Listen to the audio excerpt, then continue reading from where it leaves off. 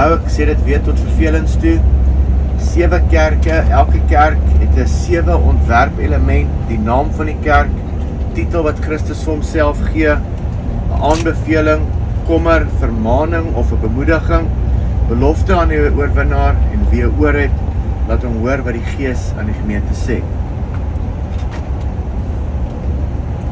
As jy na die profetiese profiel kyk van die kerk, ek stuur vir julle dit aan, dan is Efesus so 30 na 100 na Christus, Smyrna 100 tot 300 na Christus, dis die profetiese profiel, Pergamos 313 tot 600, Thyatira 600 tot 1517, dan is dit mos nou die groot reformatie, Sardes van 1517 tot 1648, Philadelphia 1649 tot 1900 en dan Laodicea van 1900 tot die einde toe. So ons is in die laaste tydperk van daai 7 kerk. Hoe opwindend is dit nie? Hoekom het die 7 kerke? Dit was 7 fisiese kerke wat bestaan het. En nou soos jy dit getienis gehoor sê het, ons gaan nou nie hierdie kerk kan besoek nie, omdat dit so moeilik is om in en uit te gaan en niks doen nie. Alright, so alles is nog onder konstruksie daar. Is 'n vermanend, is elke boodskap geld vir al 7 kerke in daardie tyd en vandag se kerke. En is 'n persoonlike boodskap, wie jy oor het, laat hom hoor. Dis vir my die belangrikste van hierdie.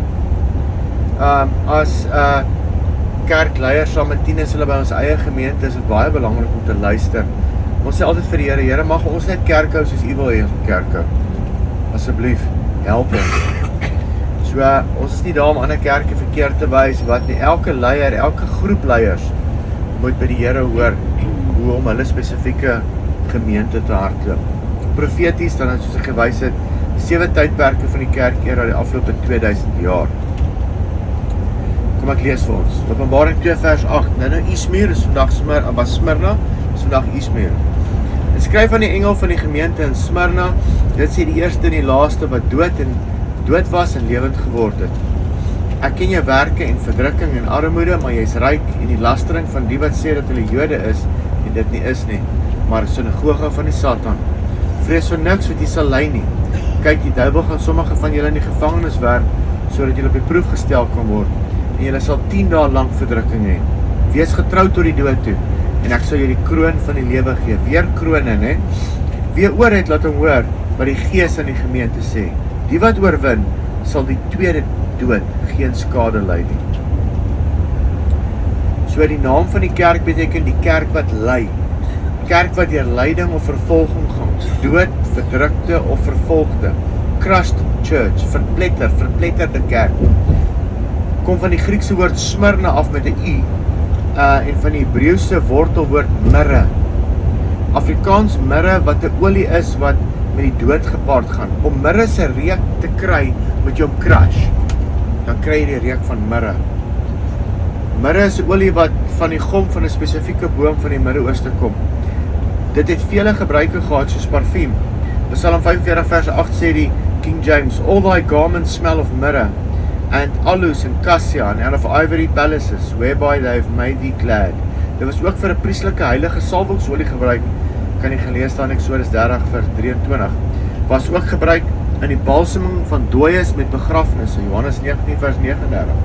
Die wyse manne, as jy agterkom, is nie 3 wyse manne nie, die wyse manne, die magi, het dit ook as een van die 3 geskenke aan Baba Jesus gegee, Matteus 2:11. Goud, wat sy koninkryk beteken, wierook, sy goddelike priesterskap, en mirre, sy lyding en dood. Isaiah 60 verse 6 sê, the multitude of camels shall cover thee, the dromedaries of Midian and Ephah, and they from Sheba shall come. They shall bring gold and incense, and they shall show forth the praises of thy Lord. Dis 'n profesie van wat gaan gebeur in die toekoms met Jesus se geboorte. Met sy tweede koms word slegs goud en wierook aan hom gegee, omrede sy dood nou agter hom is. Dit kan jy lees in Openbaring 8 vers 3 en 4. Die Bybel is dan maar spesifiek, né? So in sy eerste koms kry die 3 geskenke. Goud, wierook, mirre. Mirre lê op sy dood. Tweede koms kry net goud en wierook. Hy was mos nou klaar dood. Hoe awesome is dit nie? Dit is baie mooi. Sulke goed in die Bybel maak my opgewonde, sulke spesifieke goed. Alright. Maar dit is bouvol aan die kruis gegee, Markus 15:23, toe gee hulle hom wyn met mirre gemeng om te drink, maar hy het dit nie geneem nie. Hoekom? Want hy het dit klaar gekry. Alright. Josef van Arimatea en Nikodemus het sy liggaam met onder andere mirre gebalsem. Mirre gee reuk of wanneer dit gedruk of gekneus word. Let op die doodstema reg deur die brief. Die kerk verteenwoordig die eerste vervolgde Christene. En vandag staan hierdie brief eintlik as 'n monument vir almal wat hulle lewens vir die Here gee, wat die kroon van bloed kry. Daar's baie krone, ek noem 'n paar wat die Bybel wys, 5 krone, maar die ouens reken daar's 'n martyr's crown as well, né? Alright, want baie het met hulle lewens al betaal. Die agtergrond van Smyrna, ek gaan nie veel op dit ingaan nie. John sal baie meer daaroor praat, so ek gaan net na die Bybelse deel toe gaan. Tweedens aan die titel van Christus, Openbaring 2 vers 8. Ek inskryf aan die engel van die gemeente in Smyrna, dit sê die eerste en die laaste wat dood was en lewend geword het. Dit kom 7 keer voor in die woord. Interessant, onthou die 7, die heptatic structures in Engelse, die heptetiese struktuur van die Bybel, 7voudige struktuur. Dit is baie belangrik die 7voudige struktuur. 7 skepingsdae. Romeine 12 is die 7 genadegawes, 7 koninkryk gelykenisse, 7 kerke, dis om 'n paar te doen. Hulle sê jy kan 'n studie van die 7's doen en jy sal nooit kan ophou nie. So baie 7's is daar. Alright. Aanbeveling of lof, ek ken jou werke en verdrukking en armoede, maar jy's ryk. En die lastering van die wat sê dat hulle Jode is en dit nie is nie, maar dit is maar 'n sinagoge van die Satan. Die woord verdrukking, vervolging, klipsis beteken druk, getuister, tuistering, angs, belas, vervolging, verdrukking in die moeilikheid. Net die spesifieke verdrukking wat in Openbaring gebeur nie, maar vervolging wat alle Christene op 'n minder of meerdere manier deurgaan. So, ek sê mos vir julle, dis hoekom baie ouens die wegraping boodskap mis. Ek hoor baie Christene sê, ja, maar as hulle die afgelope 2000 jaar vervolg is, wat maak ons nou so spesiaal dat ons gaan weggeraap word? Daar is 'n groot verskil tussen verdrukking wat van God afkom en vervolging van die wêreld af. Die vyand kan net die wêreld gebruik om ons te vervolg en hy doen dit. Soos Paulus een keer gebid het, 'n engel van die Satan was afgesonder om hom in die vuis te slaan, sê 2 Korintiërs 12. En hy sê, hiervoor het ek die Here 3 keer gebid om hierdie by my weg te vat. Toe sê die Here vir hom, my genade is vir jou genoeg.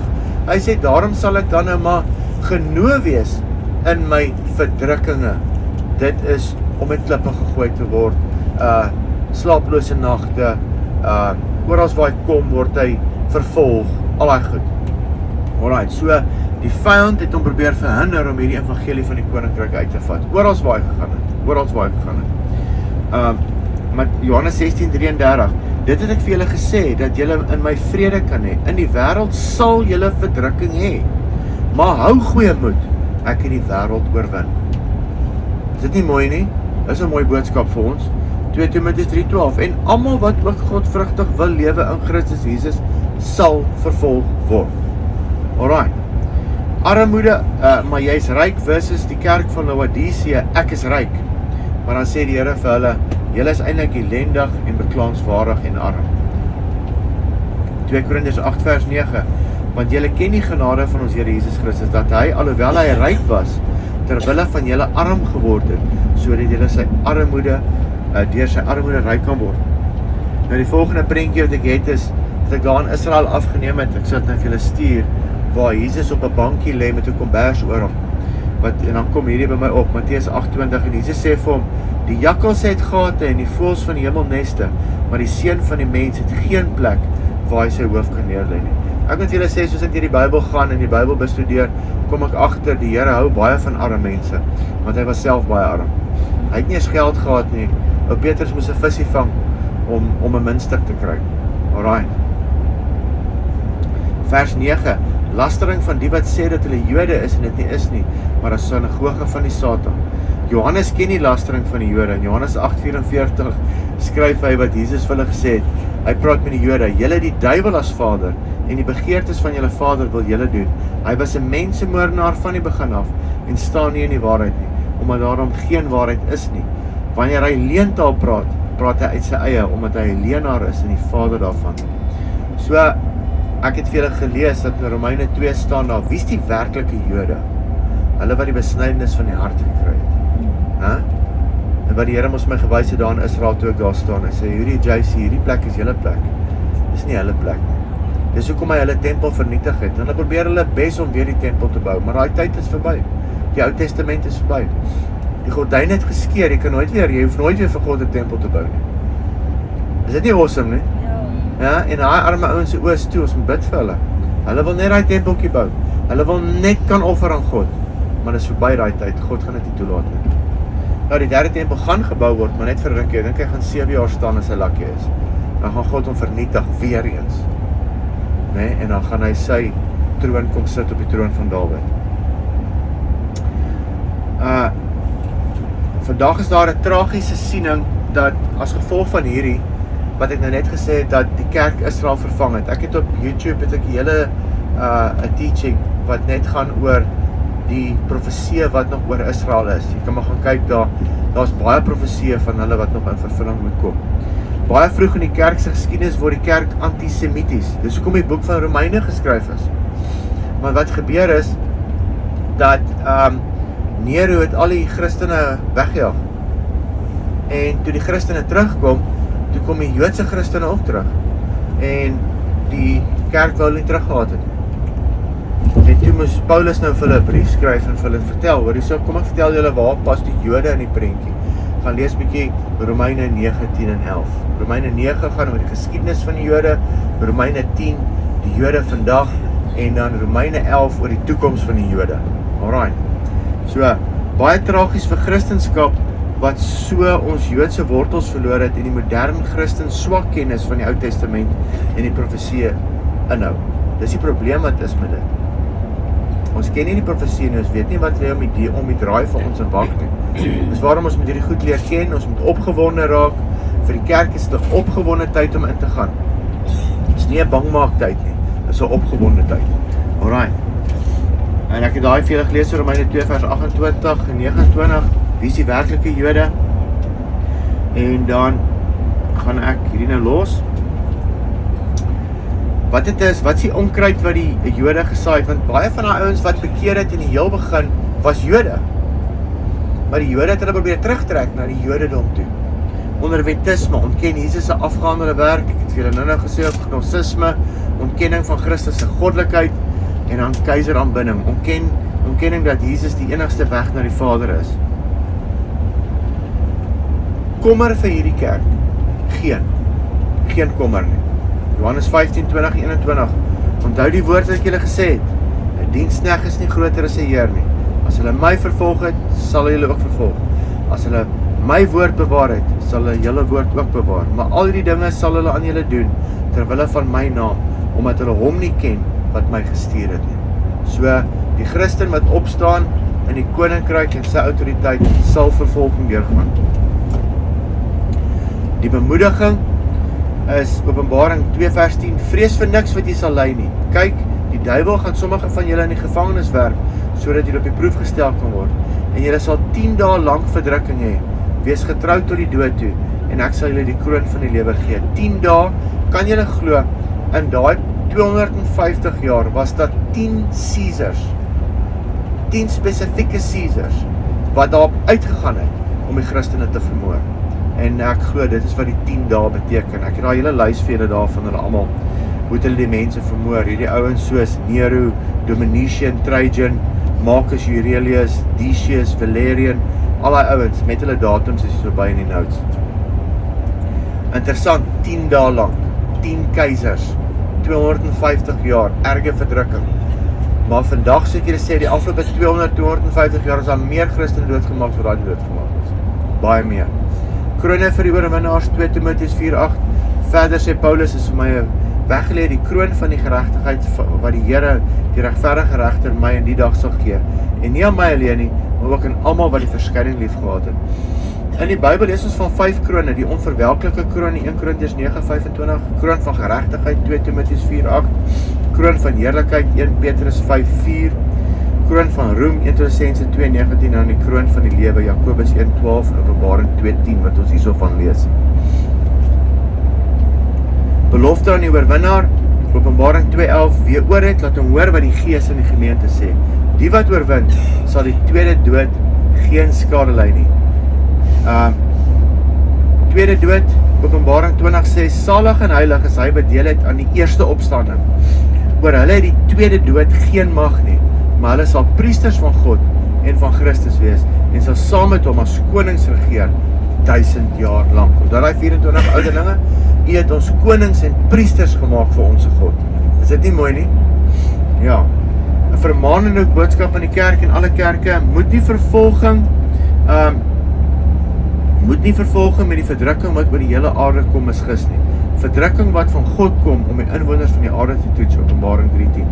Vervolging gebeur al met meeste van die kerke vir 1900 jaar. Die 20ste eeu is meer Christene gedood vir hulle geloof as ooit tevore in die geskiedenis. 'n Persoonlike boodskap, 2 Timoteus 3:12, en almal wat ook godsvrugtig wil lewe in Christus sal vervolg word. Op die profetiese profiel, Smyrna verteenwoordig die vervolgde kerk. En dan het ek hier soveel, 1 of 2 voorbeelde op van, ek het dit met 'n vrouegroep bestudeer, so ek het 2 vrouens op hier wat vervolg was, Felicity en Perpetua. Selfs hierdie meisietjie, nee, haar pa was ook 'n Christen, maar hy het vir haar gesê, hoorie man, sê net keiser is God. Sy sê, pa, ek sal dit nooit kan doen nie. Ek kan nooit sê keiser is God nie, daar is net een God. En sy is toe doodgemaak vir haar geloof. Ek het die hele storie vir julle op en sit vir julle stuur. En dan Blandina het ek ook hier so op, naderhand toe haar nie kon doodmaak nie, maar die leeu's wou haar nie eers eet nie. Hulle het net by haar gaan lê, en toe moes 'n soldaat kom en haar met 'n swaard doodmaak. Daar's net een weg na die Vader toe, Johannes 14:6. Jesus antwoord hom, ek is die weg en die waarheid en die lewe. Niemand kan aan die Vader kom behalwe deur my nie. Daar is nie iemand anders nie. Keiser kan nie God wees nie.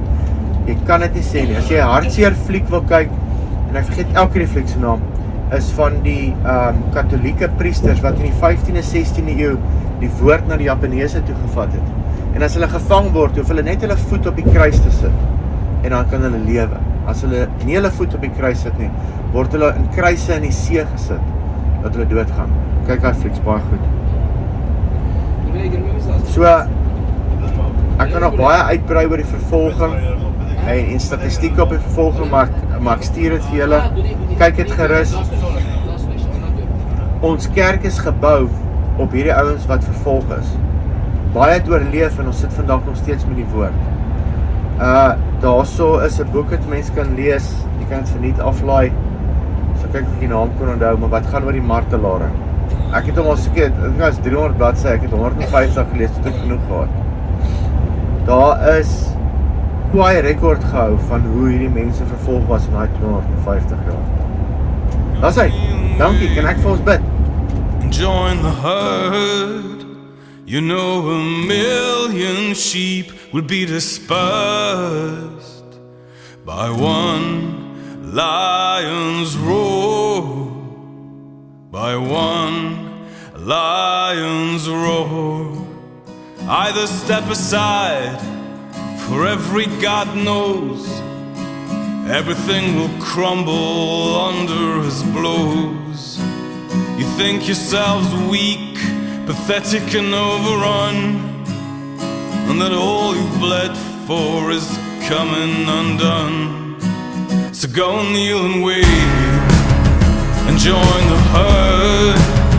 You know 1,000,000 sheep will be dispersed by one lion's roar. By one lion's roar. Oh, you go out there and bow to none, and cause a stir as if it were the last one. Curse them into hiding.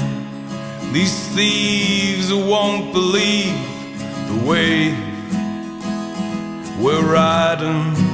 So go and kneel and wave and join the herd. You know 1,000,000 sheep will be dispersed by one lion's roar. By